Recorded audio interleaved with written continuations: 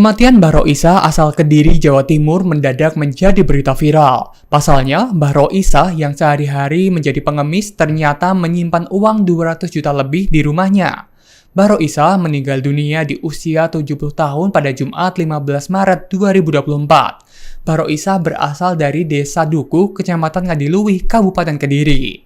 Setelah kematiannya, baru terungkap bahwa ia menyimpan uang yang jumlahnya mencapai ratusan juta rupiah.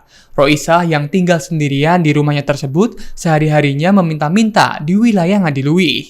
Ia memiliki seorang anak namun tinggal di wilayah Blitar. Sementara sang suami sudah lama bercerai. Sebelum meninggal, Roisah sempat dirawat di rumah sakit.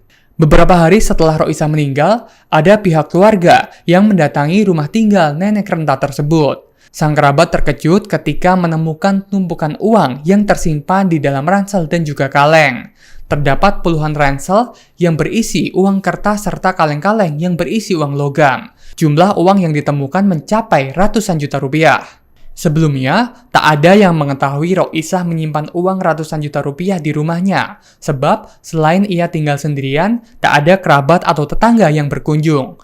Rumah Roisah selalu dalam keadaan tertutup karena ditinggal mengemis ke jalan-jalan di daerah Ngadiluih. Diketahui, Roisah mulai mengemis sejak bercerai dengan suaminya bertahun-tahun lalu. Ia sebenarnya memiliki anak perempuan namun tidak tinggal bersamanya. Sejak dilahirkan, anak perempuannya diserahkan pada orang lain yang berlokasi di Blitar hingga kemudian menetap di sana. Belakangan ini, Roisah mengalami sakit dan kemudian dirawat oleh cucunya di Blitar. Sampai pada akhirnya, Roisah menghembuskan napas terakhir di kediaman cucunya di kawasan Kecamatan Udanawu, Blitar, Jawa Timur. Terkait penemuan uang ratusan juta rupiah, pihak keluarga meminta supaya dialokasikan untuk kegiatan sosial.